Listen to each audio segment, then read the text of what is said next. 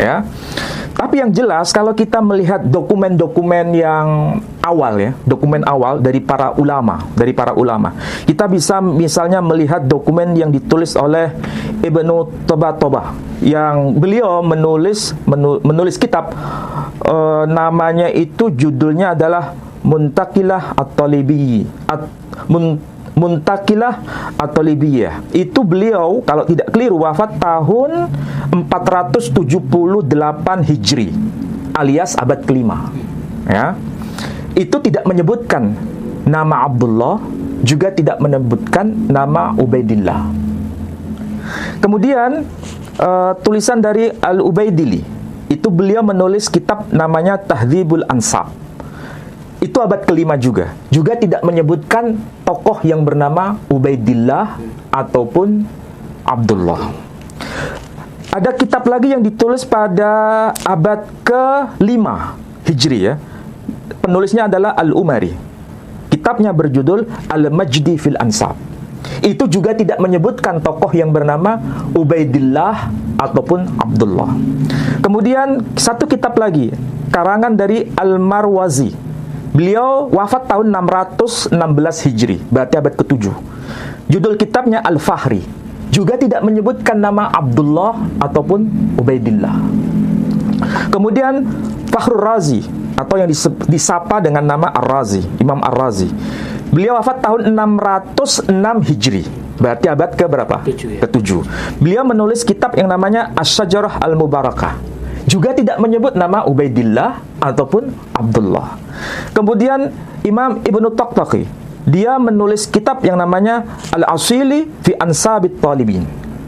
Juga tidak menyebutkan nama tokoh Ubaidillah maupun Abdullah. Kemudian Ibnu Ambah, dia menulis kitab Umdatut Talib. Juga tidak menyebutkan nama tokoh yang bernama Ubaidillah maupun Abdullah.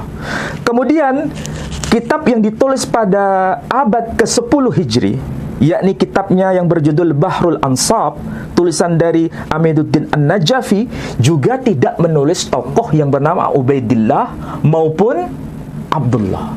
Inilah yang dipertanyakan dalam konteks kajian manuskrip sebetulnya.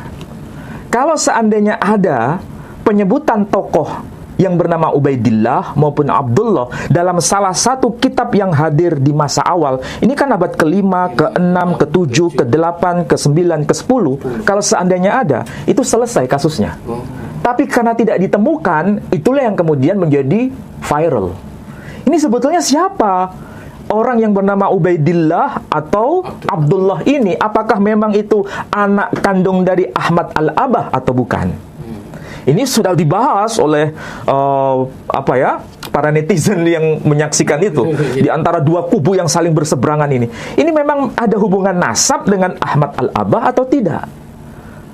Tapi saya mencoba untuk mencari kesepadanan dengan kasus yang ada di tradisi Yahudi.